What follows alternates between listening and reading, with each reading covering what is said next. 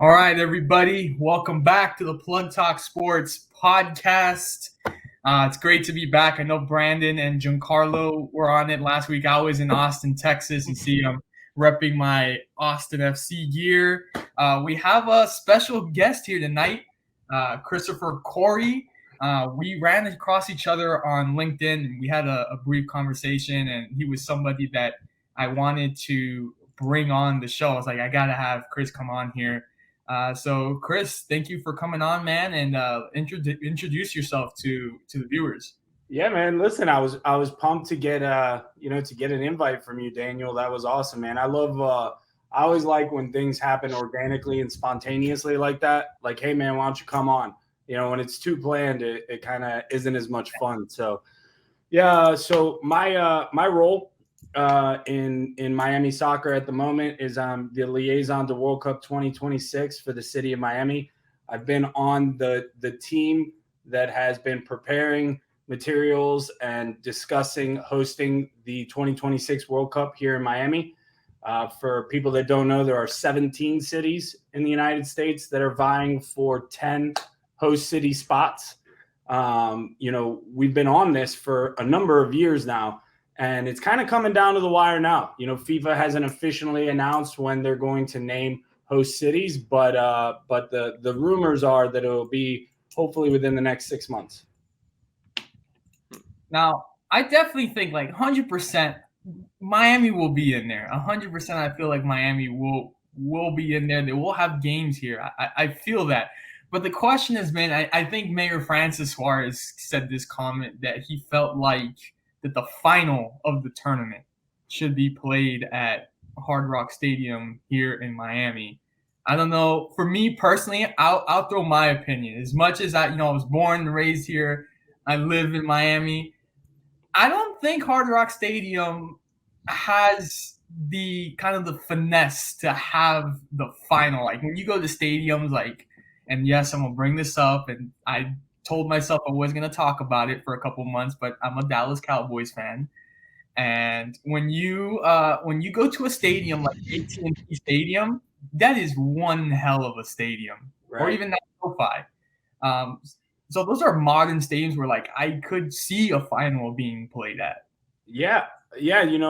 Listen, Mayor Suarez has been a 100% supporter of the bid, and he's gone above and beyond, not just for the things that you see on camera, but he's a supporter of the grassroots soccer community here, which is our local youth clubs and even our lower division clubs that, are trying to grow. And then of course he's always right there with Jorge and Moss and David Beckham. So, my thing is if Mayor Suarez thinks we should have the final, I mean, really a guy like that, he kind of sees things, he has really good vision, and it's been proven lately. My argument for having it in Miami versus a place like Arlington is Miami's a representation of FIFA. Yeah. FIFA is a global federation for the sport. Can you think of another city besides perhaps, New York, right? I understand that there's a draw to New York, but hosting the World Cup final here in Miami, I honestly think that we should have a look at it, right? Why not? So that's really my opinion there is why not Miami? We have the demographic representation FIFA wants. And by the way, Hard Rock Stadium's nothing to turn your head at. I mean, that place is pretty incredible now. I mean, they're building an F1 track there. Yeah. It's the craziest thing, honestly, though. But I mean, ever since they had the Super Bowl, they redone things, the Miami Open. I mean, we're also we just can't forget. I mean, Colombia sold out in Hard Rock Stadium when they played against, I think it was Peru, not too long ago. So I mean, the fan base is there. I mean, they know the area. It's right there off the turnpike. Look, the reason I'm so involved is because I've always believed, and growing up here, I could see it, that soccer is the main sport of Miami, right? We don't see that with regards to people, going to professional games or anything, because no one's really penetrated and had a major stadium inside Miami, right? Inter Miami has done a phenomenal job. I mean, listen, those guys have persistence. They are like positively stubborn. Beckham waited it out here in Miami, and they fought, tooth and nail. But I firmly believe that we have yet to capture the passion that people that Miamians have for the sport, right? No one has come along and just gotten it. I mean, if you look in 2017, Miami FC was playing in FIU Stadium. For a while there, 10,000, 11,000, 8,000 people going to those games. I mean, that's a lower division club, and then of course the NASL went down. But I think if you look at it, it is there. Like, we're right there, guys. And we just need to push it over the edge, and then we'll really see what Miami is with regards to which sport is the main sport here. Now we get people to go to Fort Lauderdale, but I definitely think, like, once they get that stadium into Miami, I think that's when you, like you said, that's when you'll see it full blown. They are getting great attendance in Fort Lauderdale. And I haven't seen where the attendees are from. They probably have that data, but I would say that it's probably a good portion from Miami-Dade. So I'm a firm believer in our city with regards to the sport. If you look at, dude, when El Clasico is on, just drive around the city, right? Yeah. Drive down Calle Ocho, drive down, go into the Gables, bro. There's people just outside bars. Like, and everybody that in the city is watching, right? Well, you don't even have to ask, So my question, and this is a good one for you guys. What do you think? Why do you think Miami has never, like, boom with regards to soccer in this country? Because for me, I don't see another. Maybe there's a few other cities, but they talk about Columbus, Ohio. They talk about places, and I'm like, I have trouble not rolling my eyes. I'm like, no. It's you true. Don't get it. Like, the culture here, the background, the nationality, they were born with this sport in their blood. Like, and you can't fake that, So I guess my question again to you guys is why? Why do you think? Well, I can only think about location, though. I mean, because let me tell you, though, because I was a season ticket holder for Inter Miami last year, and I'm originally from Hollywood, Florida. I would drive over there. The team wasn't doing too hot in the beginning of the year. They weren't winning a lot of home games. But, I mean, the fans were there because they're just hungry for soccer. Mm-hmm. I mean, I was talking to people from Hialeah, from, Hialeah Gardens, Doral. I mean, Homestead. Guys are driving from Homestead to go see Inter Miami just because they're soccer hungry. And there wasn't any type of matches in Miami. Of course, location is a huge thing. It's hard to build a, state-of-the-art stadium and facility over there in downtown. I mean, I don't even think they can open up a shopping mall near Brickell anymore. but I'm telling you, it's a hungry atmosphere over there in Miami. If you can just have, even at Hard Rock Stadium or in Fort Lauderdale, but the big idea is Miami. If they can have it in Miami or Hard Rock Stadium, I mean, there's no question they're going to gather everybody in. People are driving 2 hours during rush hour to get to Inter Miami Stadium, right? Yes. Think about that. 2 hours. That's nuts. And people are doing it regularly. I think if everyone took a step back and actually saw what's going on in the country with regards to the sport, we are the only country, I believe, on the planet where you would have investors pouring money into the lower division with no chance of ever being promoted, right? Mm. That's pure passion, pure love. Like, if you tried to do that in Scandinavia, in England, in South America without pro rel, and they're like, hey, by the way, you're just putting this money in, and what, you're going to try and hope that a second division team can pull 15,000, seats? That's, that they know better than that. They're investing because they know where the sport is going in the country. So I think it's getting better. Having worked in the league this year, like MLS this past season, not just because I worked in it, but it was actually really exciting to watch.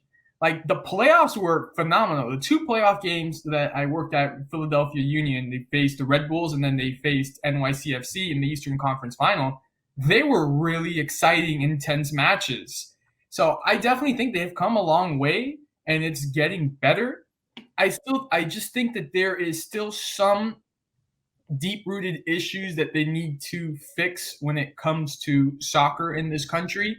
For example, I mean, I've been to the UK, I've been to London, where there's a pitch accessible for kids there to go and play, and that's how they start. Here, it's like, oh, you want to play on that patch of grass over there? That's going to be $10, and that's the problem. It's not accessible. You know, we've speaking about Mayor Suarez again. You know, he over a year ago, probably 18 months ago, he backed this initiative. He supports this initiative where we've been trying to combat pay for play in our community, right? Try and give the clubs more resources, because clubs are already, our youth clubs, think about this, our youth clubs can't afford it because the fields are expensive, uniforms, fees, associations, you name it. And then on top of it, they got to deal with the parents, right? The parents are mad, dude, because this is a pay for play system. So they're the customer, which is wrong. The kid should be the customer, right? Yeah. In other countries, the kid is the customer. They don't even allow the parents to speak. I feel like, you know, it would be really out of turn to walk up to a coach off a training pitch in the UK and just start telling him off of your 4 months of experience in youth soccer why your kid should be starting. You know, that's just not going to happen. So I agree with you 1,000%. But, you know, that's why I like to try and focus the things that are happening in the city on the grassroots, right? What's going on at the youth clubs? How do we get the youth clubs more resources? South Miami just had, after a really good push, South Miami just approved a budget to redo South Miami Soccer Park. Like everything. Oh, Corey got frozen there. For the first time ever, all the seniors at Little Haiti Football Club are going to college. First time ever, right? All this stuff is going on. Tech Ball, yeah, I know. Tech Ball has donated. Tech Ball has donated tables in Little Haiti. Tomorrow, there's a ceremony for the tables they installed at Kendall Soccer Park. Like these kind of things. Yeah, man. Oh, KSP. I grew up around there. That's our spot right there. Yeah, I left an ACL there. Yeah. Oh my god. Yeah, that's how you know you're really from West Kendall. Like I left my ACL in the carpet at KSP. So, yeah, man. So that's what I like to talk about. And the last thing I wanted to address was that, you know, MLS hating in this country is almost a sport on and of itself. Like it's almost unbearable on Twitter, and everybody's fallen into it at a time or two. But without the MLS, without them sucking it up over that 20-year period where it was awful, we don't have a first division that's solidified, that's getting investment in the 200-300 millions for franchises. We're not building soccer specific stadiums that are 20,000-25,000, which by the way, opened the door for now USL clubs are building soccer specific stadiums, 5, 7, 8,000. And that's real infrastructure. You start getting 5,000-7,000 seat stadiums popping up all over this country, then a kid has a field to go and a team to look at while he's growing up in, you know, wherever.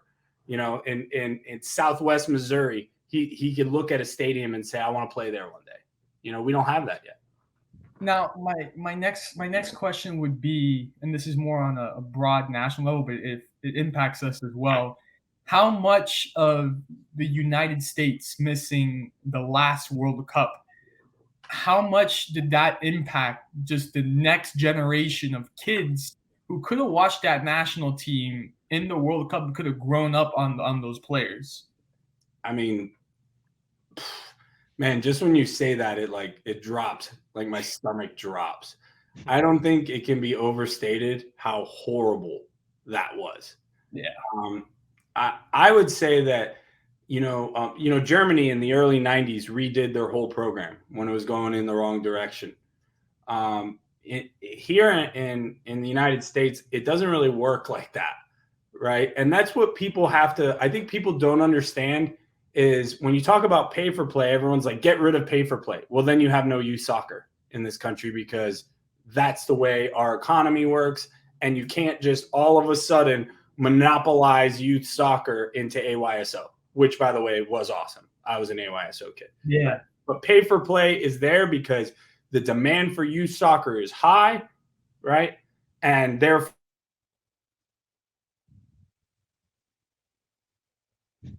he'll come back. Give him a second. Right. The U.S. missing that World Cup, I think it hurt more in the fact that it hangs over. It's like a black mark that hangs over the program, and what they did after, I don't think was drastic enough. That's my point. I think that's where they really hurt the kids, right? Because me, if I'm the head of U.S. Soccer and we miss a World Cup, everybody's fired. This is my opinion. Everyone's fired, including me. Yeah. I'd fire myself, right? I might even fire the dog. Be like, everybody's gone, right? Bring in new blood, bring in new ideas, bring in, it was a catastrophic blow, I think. So.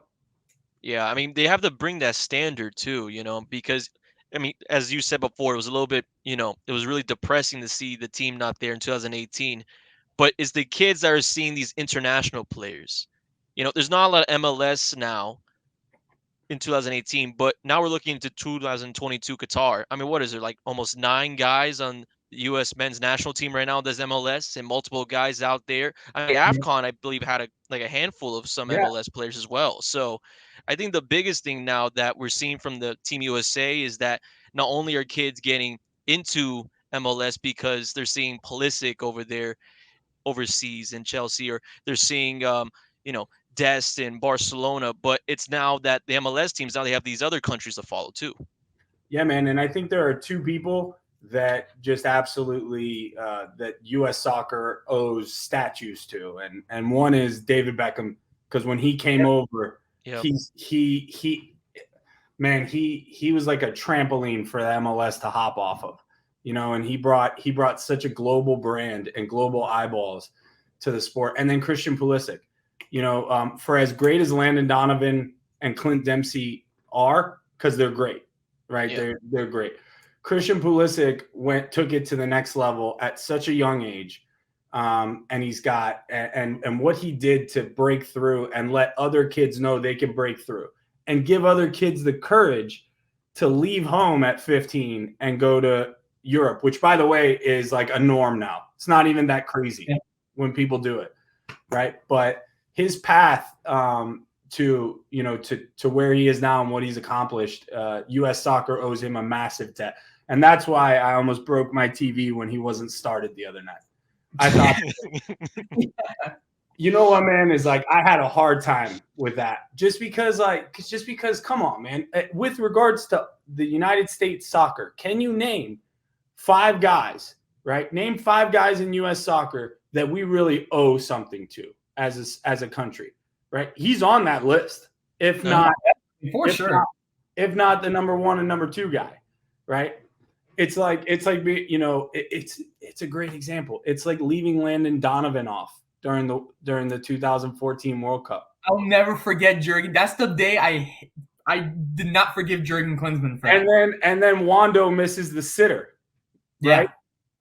I'm sorry, I could not help it, and I know every U.S. soccer fan couldn't help it. Chris Wondolowski, amazing career, like all the props to you, but I want Landon Donovan in that spot. The same way he was in that spot in 2010 against Algeria.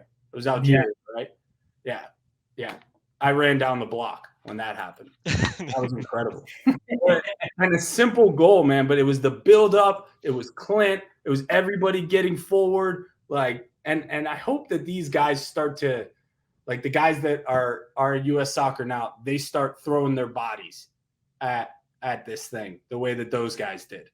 You just got bodies flying everywhere, and it's just commitment and passion and wanting to be there, To me right now, this current U.S. roster is probably the most talented roster that we've ever had ever. But then there's no doubt. Like, it's just look at how much they're worth. Look at how much they're being paid. The market will tell you that it's the most talented we've ever had. It infuriated me that we lost to Canada. Now, all credit to Canada. They have a decent roster. They're not bad. But with the roster we have, we should be the best in CONCACAF. And if they're losing to Canada, like, it just, for me, Chris, like, it was another moment of like, you don't deserve to go. Yeah, and I think all of U.S. soccer Twitter felt the same way. But this is one of the things I truly love about this sport. You can have all that talent in the world. Look at what's going on in the FA Cup, right? Yeah. Beautiful, perfect example. Multi-millionaires playing against guys who still have a second job, and they're giving them they're just giving them the fucking bottom of the boot. Sorry. Yeah. So no, you're good, man. You're good. Man, I was like, am I on radio? I know I can't curse on radio. No, you're good. So just getting stuck in, blading guys, and the crowd going nuts. You know, this is to those guys playing in what? They have non-league guys, non-league teams beating championship sides. That is their World Cup. Like, those guys will probably go no further than that day or this FA Cup. These guys on our roster now got to get that mentality, because Berhalter, bad choice of words. If I was his communications guy, I would have totally prepped him before that Canada post-match. I don't know if he was that, but I would have said, please do not make an excuse. For the love of God, you're going to erupt, social media if you make an excuse. But what he said wasn't wrong, right? He's like, we dominated.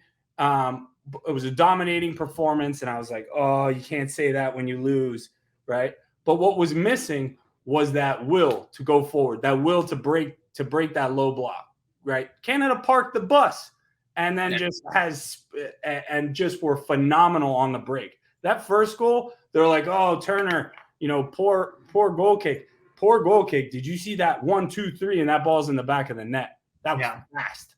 That was fast. And the second goal, we're pressing. We're trying to get forward. You get beat by a speedster in the back. It happens. And what a finish from that guy, too. Left Turner, who's by far, I think, our best shot stopper. Maybe not the best feet, best shot stopper. He didn't even move. Just, I always love that look. That's my favorite, right? I played center back, so I never saw that look myself. I always put the ball over the goal, but that when the keepers just stop, it's amazing. Yeah, there you go. Yeah, he played. That dude. Me and goalkeepers, bro, were tight, because I was I wasn't very good at this sport, right? Wasn't very good, but dude, I'd give my life for that ball, 100%. Didn't matter. Just gave my life for it. And back in 2000, late 90s, 2000, like, that worked. Now, it's a little different. Well, you definitely know at KSP it was always the World Cup final. Absolutely. And in adult league KSP, oh boy. Man, I love that, dude. Loved it, man. Just people legit get in fights. I'm like, what? Yes. Bro, I'm telling you, bro, a bunch of viejos, like, they can play though, dude. They can play. You got 60-year-old guys, dude, and it's just about like their vision. The ball comes to them, and you're like, oh, I'm gonna take it off this guy, like this old guy, and just one touch, and it's gone. Exactly. Yeah, love it.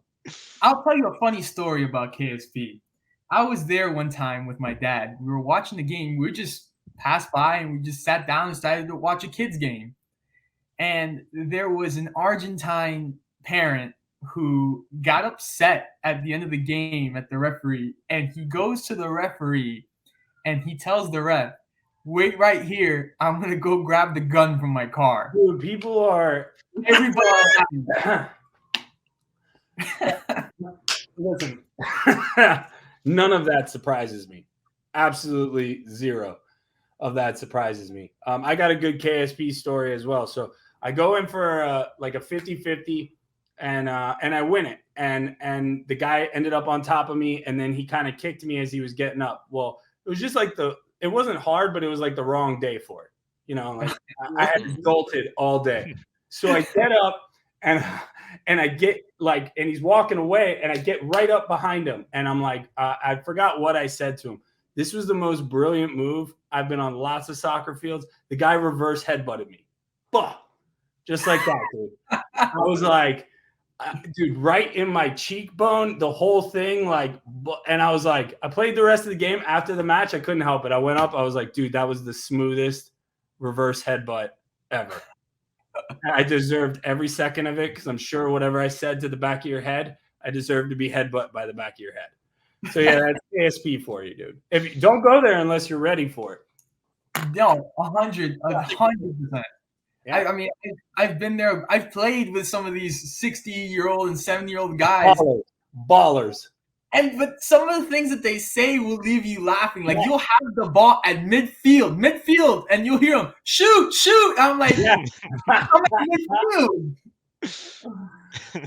By the last season I played at, it was like 2 years ago at KSB, dude. By the end of it, I was going and getting little 5-hour energies out of the gas station. And I don't normally do that, but I needed it to be on that level, right? Because these guys are crazy. You know, you got to be jacked up too. Oh yeah, 100%.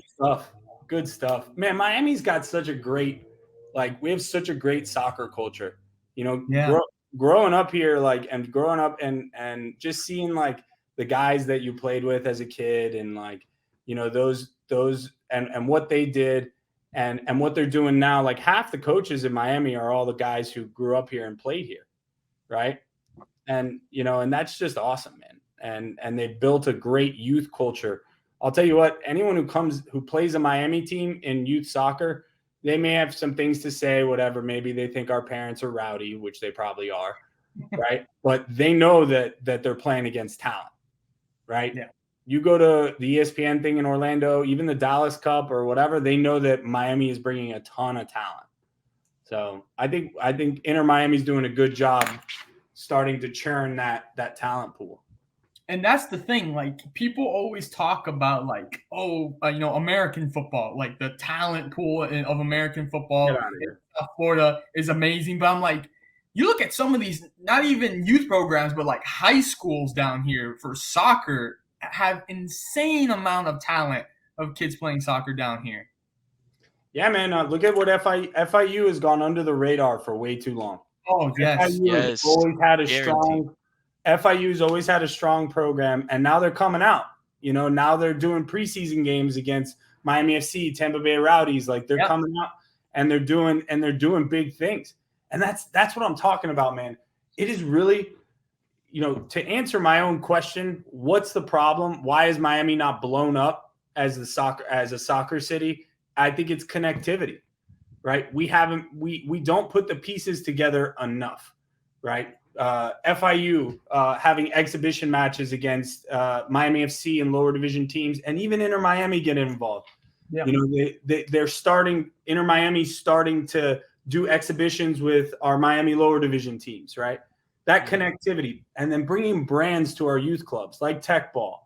There's another one called Spot Kick that did an activation at Little Haiti. They donated a bunch of stuff. Like, the brands need to get involved, man, because you know, my buddies some of the buddies I played with, you know, they spread out all over the world, England, Sweden. This Swedish second division Swedish club my buddy coaches at, he's the goalkeeper coach. He says they got a waiting list of corporations looking to sponsor their youth teams. A waiting list, right? Our youth clubs can't even get sponsors. Yeah. And if they can't hold on to them. You know, they're a waiting list for second division Sweden, right? I mean, we have that kind of power here in Miami, and we're just not harnessing it yet, but it's starting.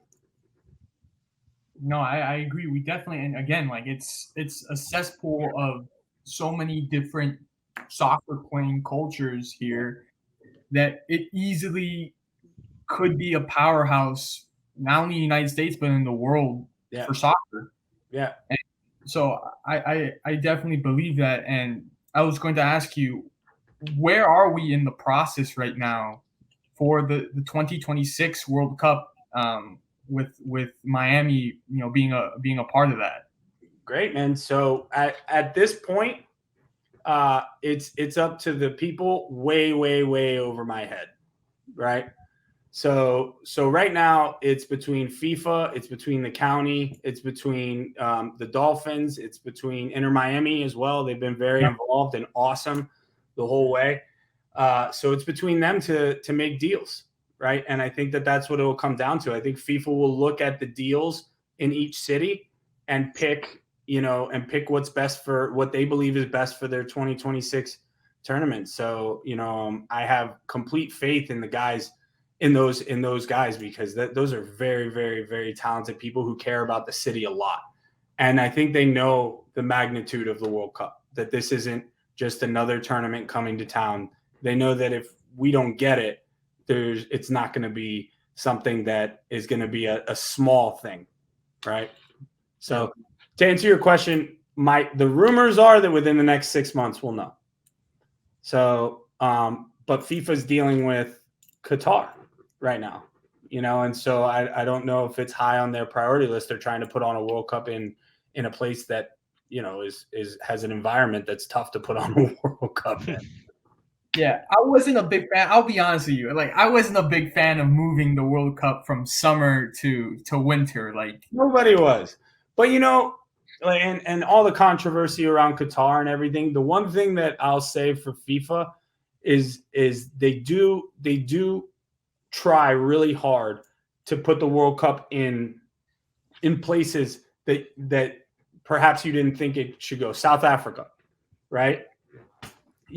Russia, right? They really do look to push the envelope there, which I think is great. And I think on that end, Miami has an advantage.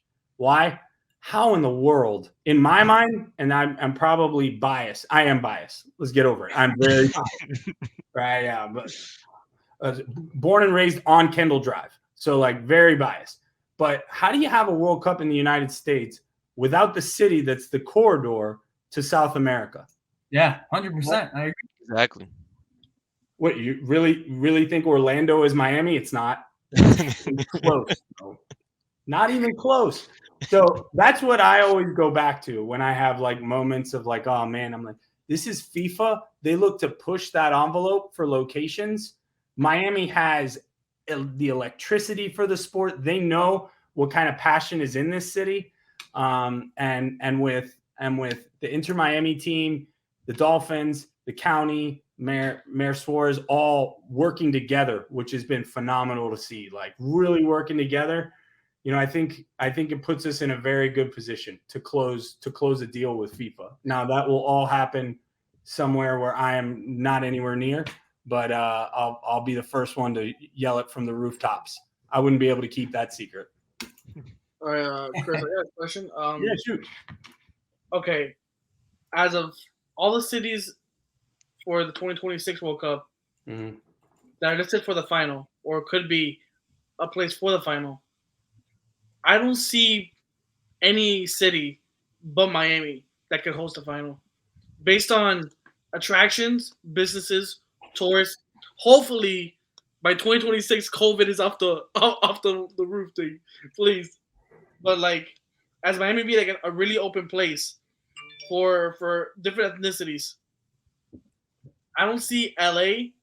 I don't see Texas. I know Daniel, he's a Cowboys fan, but I don't really see Texas as a viable place. Even though the stadium is, I think, the nicest one in the country, but also you got to think about. I think FIFA has to think about the fans that are coming to visit from their own countries. Where would you want them to have a better time, in Texas, LA, or Miami? I might be biased because I live in Miami and I'm a fan of Miami, but I wouldn't want to be in LA and I wouldn't want to be in Texas, even though their barbecue is fire. Yeah, it is. It is. Yep. That dude, 100% got us beat there. I don't need to answer that question. You said everything that I would say. Like that's it. That's how I feel about it. I know that just because we all live in Miami, I think a lot of people feel that way too. people feel, I think a lot of people around the world feel that Miami needs to be a part of this World Cup, or the World Cup's going to be kind of missing something. That's how I feel about it. That's my opinion. If you could, let's say Miami isn't the final, who would you have at top 3? I think that there's been, I don't know if it's ever been confirmed, but there's been kind of chatter that that MetLife got it. And if you've ever watched a game in MetLife, it's a pretty cool stadium. Like the vibe in that stadium. I watched Real Madrid Atletico. Right? Yeah. That was great, man. I flew up there just for that game and flew back. I mean, when it comes to New York, guys, like, you know, you kind of have to understand that it's New York, right? Yeah. But at the same time, New York's kind of not New York right now. It's not. Definitely not. If you've been there, that place does not look or feel the same. So when you're announcing host cities and locations, you know, are you going to roll the dice that New York in 3 years? Because the World Cup festivities really, as soon as host cities get named, there's going to be events in the next coming years. Yeah. So I would think that that's a major concern for FIFA, that area of the country might not be as open as they would want it to be. You know, because this is, don't get it wrong, man, this is a showcase World Cup. Canada, United States, Mexico. This is going to be they're going to want to make an absolute beacon for the sport out of this World Cup, especially since, you know, the Qatar World Cup, you know, you got to give them credit for trying something different, you know, no matter what has been said about it. But, you know, following that World Cup, this World Cup, you know, it's going to be big. And when do I think they expand the teams in this World Cup too, in 2026. Yes. So even bigger spectacle, right? More money.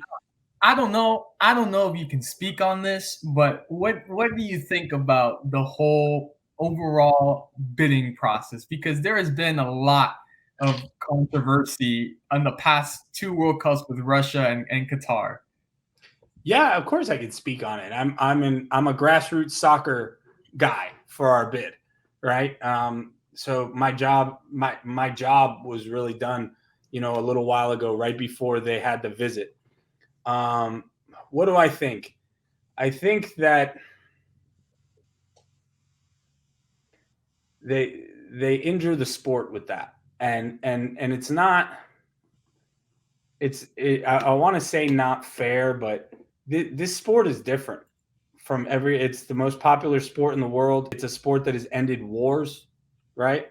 It's a sport that you know, monarchs, you know, they see that this sport has a value beyond just being a sport, right? And I think that you can't allow that.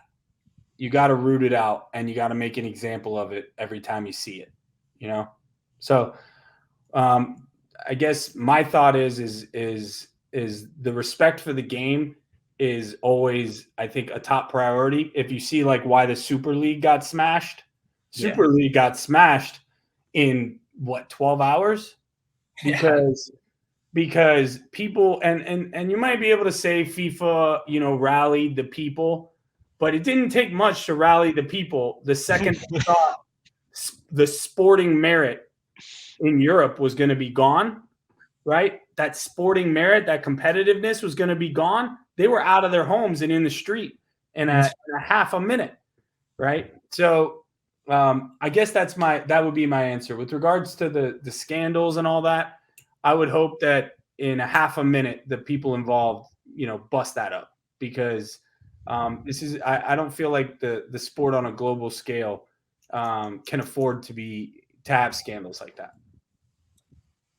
And I think this could be a different comparison, but I think many people in a lot of these countries, and I guess people living in Miami could ask this, but what would be the benefit from a normal citizen living in Miami from having World Cup games here? For example, Brazilians didn't feel that way when the World Cup went there because they just felt like they were getting robbed by FIFA. Yeah, I mean, you know, yeah, I don't know how to. I can't answer from the position of the Brazilians, but I'll tell you that the World Cup coming here in 2026 is the single most important event in the history of soccer in this country. And by the way, soccer in this country is not young. For some reason, people think it's like 40, 50 years. Like the first league was like, what, 112 years ago or something? Yeah, look it up. Really? Yeah, check it out. So people, because I know in Miami, I mean, Miami was like what, mid 19th century, like mid 19th century started Miami. So Google it. The first soccer league here in the U.S. was a long time ago. So it's soccer is not young in this country, but it's gone through like a roller coaster ride instead of like a nice smooth ascent. So having the World Cup here in '94 was very important, but the sport wasn't ready like it's ready now, right? That World Cup is going to catapult this sport past hockey, past baseball, and only basketball and football will have a shot. And they're going to be – football will take a long time. But I think football will take a long time. But I think if you're one of the top 5 sports in the United States and you see that World Cup coming here in 2026, you're like, oh, my market share just went down. Because those young kids are going to have that experience, and they're going to be, then that's going to be their sport.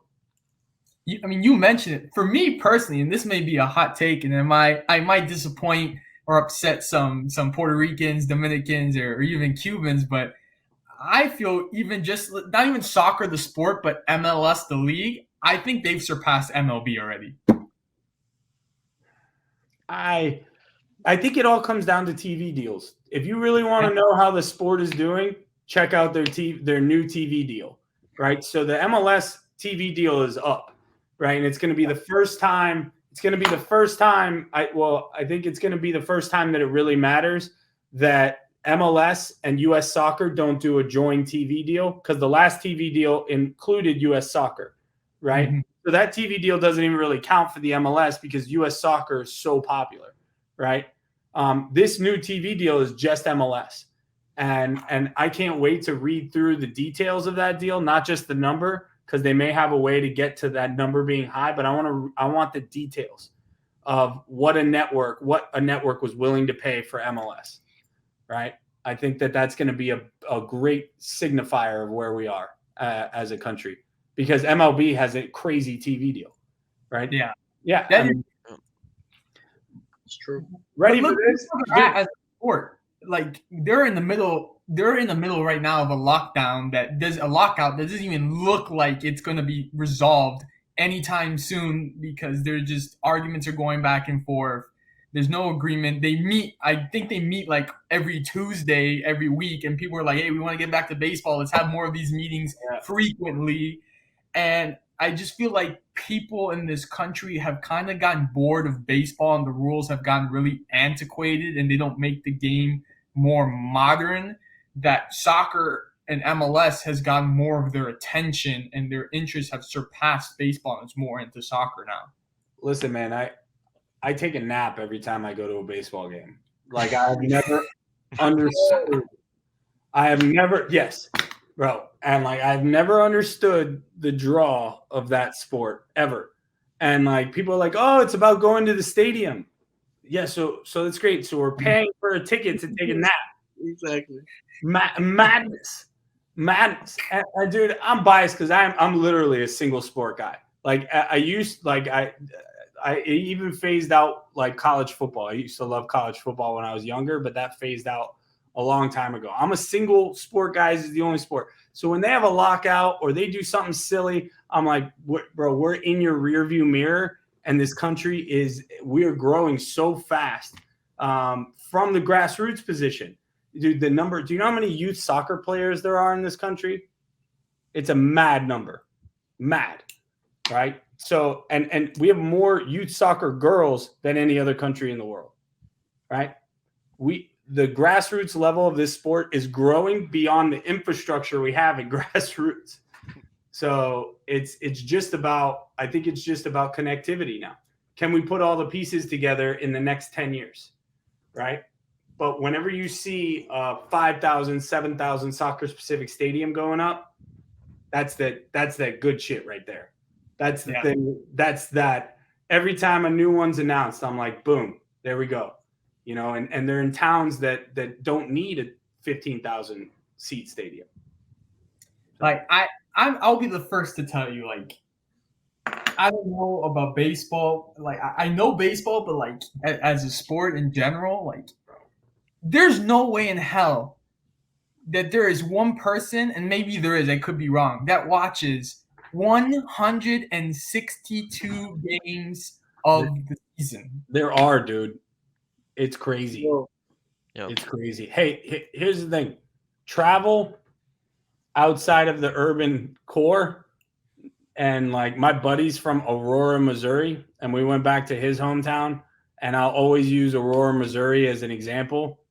They watch baseball all day long, and they have the stats, and they do the thing, and it is like, I just can't, dude. I just cannot. So I think it's a perspective thing.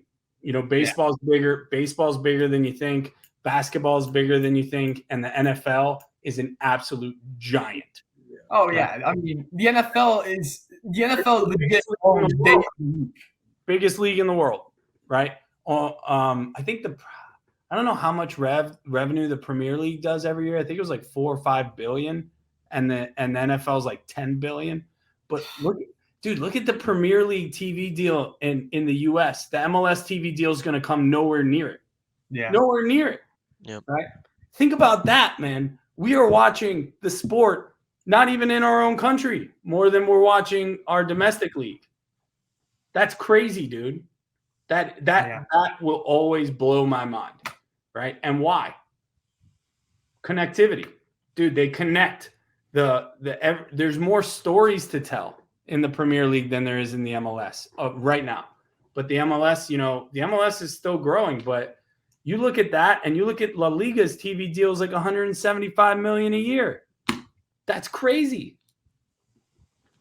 Yeah, now they're on ESPN.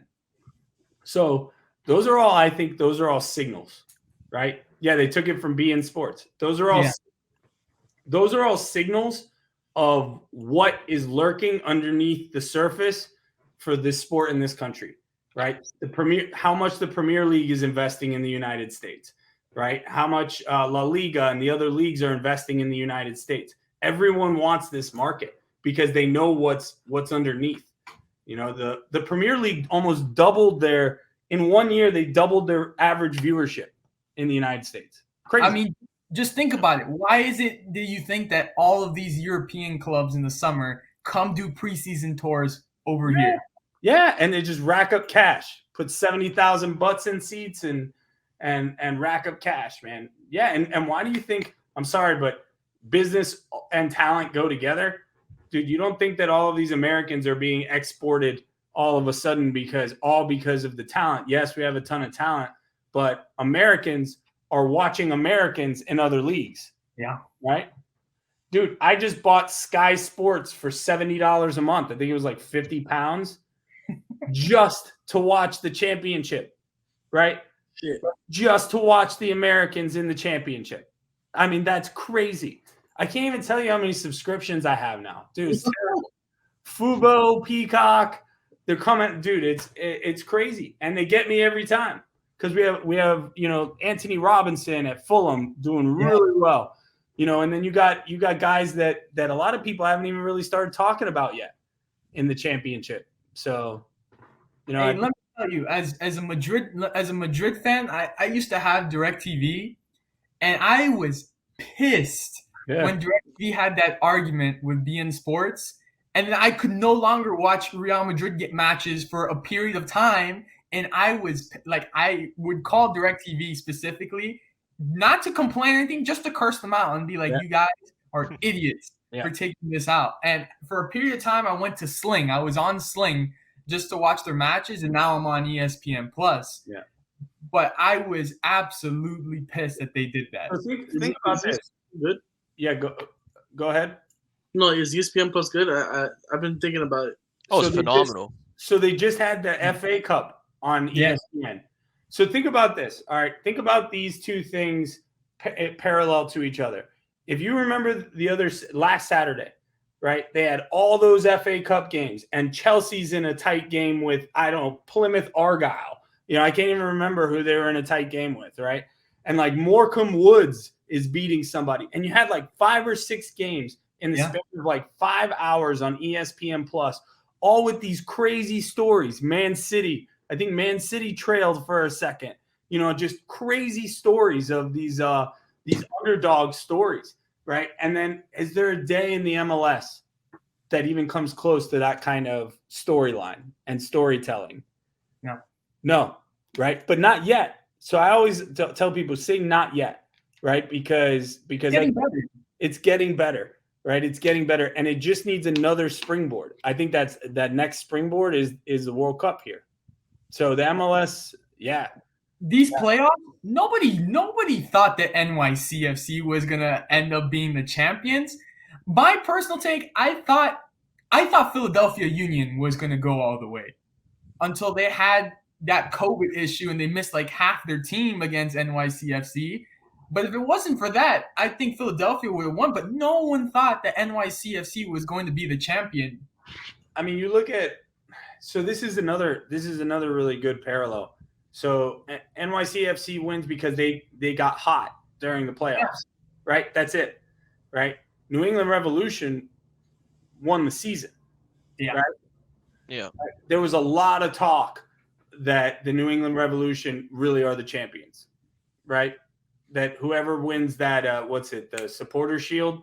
Supporter Shield, And Pro Rel is such a hot topic in U.S. soccer. And I think eventually we'll get there. But they got to figure out a way to put those two stories together, is what I'm saying. The Supporter Shield versus the playoff. How do they integrate that story in the MLS? Because they're not ready to go Pro Rel. We know that, right? But how do they integrate these stories? How do they tell better stories, man? Because I'll turn on MLS and I know Inter Miami players and I know players throughout the league that are prominent, but I don't know the backstory of a rookie. Somehow I know every backstory of every rookie in the Premier League. And it's not like I'm watching that more, right? Yeah. How is that? They just are good at getting stories out, man. What they do need to fix is that they need to start succeeding in the CONCACAF Champions League, because I am getting sick and tired of watching these Liga MX teams brag. And let me tell you, I've watched, and I'm sorry for my Mexican friends, but Liga MX is I cannot stand it. I cannot watch a Liga MX game. It's boring to me. I can't watch it. I don't know.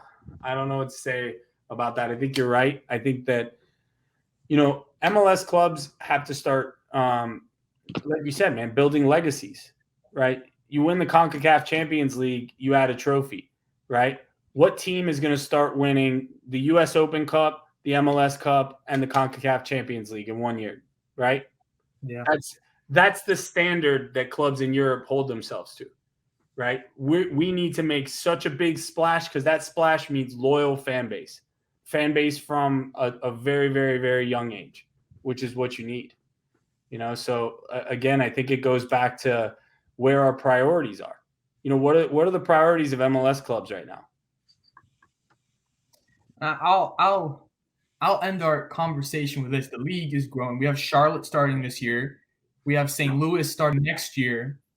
What's the next city you think, or the next market you think should get an MLS club? There's one in my mind where I think that before they're done expanding, they definitely should have a club. And for me, I'll say my part, I think Las Vegas should have a club.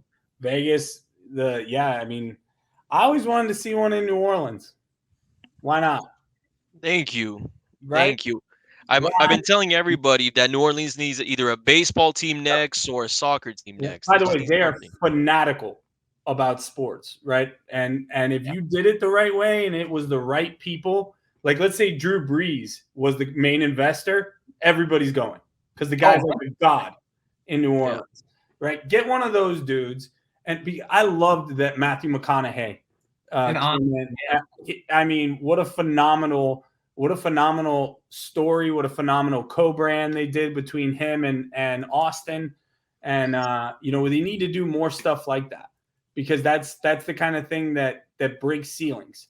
He breaks into a new demographic for a soccer fan, and we need more of that. The same way David Beckham did. David Beckham really broke the whole dome.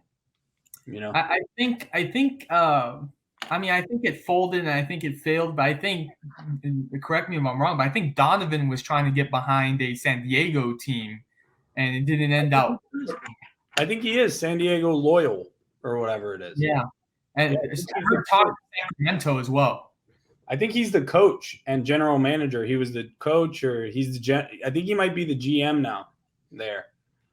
But yeah, I mean, I think you guys brought up a lot of really good points, about what the timeline is and what the next steps are for the MLS and for the country. And people need to have these conversations so that we can open up that connectivity we were talking about, and bring more resources to the sport in the country than it currently has. I think it needs more on not just the top level, but on the grassroots level as well.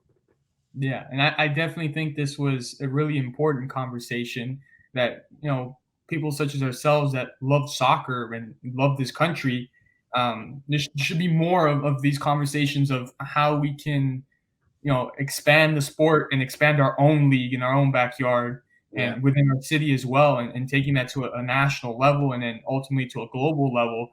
So I felt that this conversation was really productive. And again, man, we really appreciate you just coming on here and mixing it up with talking some soccer. Anytime, guys. Thank you. This was a real treat.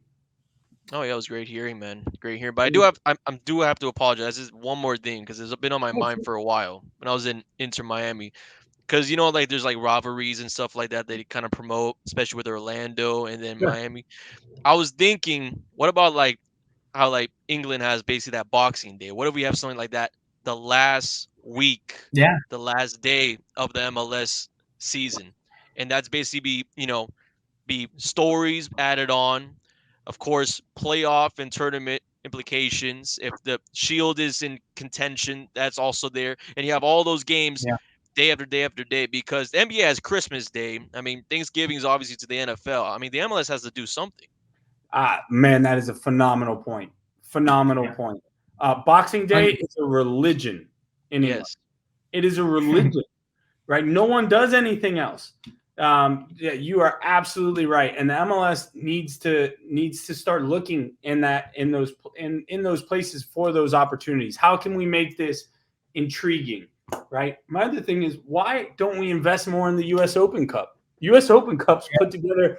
I mean, I know youth soccer tournaments that are put together like with more resources than that. Like, why doesn't U.S. Open Cup have a sponsor, like a name sponsor? That's crazy to me. Right. This is U.S. soccer's chance to start really telling stories. So great point, man. Yeah, that was really good, Brandon. I didn't think of that. That was really good. Yeah, I mean, it's just been on my mind for so long. I'm just thinking, it's got to be a single day for MLS fans to cheer about. It's got to be something. If they did something, like you said, where something with regards to the supporter shield, they were able to bring in things that really matter to MLS fans. Like, take 1,000 MLS fans from across the country, put them in a focus group, and be like, what do you really care about? Okay, we're going to put all that shit into one day. Boom. It's the only thing they ask. Yeah, I don't even. Yeah, and be like, and MLS is like, fuck you, ProRel. Here we go. You're just about to get a dynamite packed day of everything you care about, right? And that's really what Boxing Day is. Legit. Yeah. All right, guys. Yep. All right, boys. Thank you for this conversation, man. I appreciate everyone that tuned in and watching. We'll see you guys next week for a brand new episode. Thanks, guys. Bye. Thank you.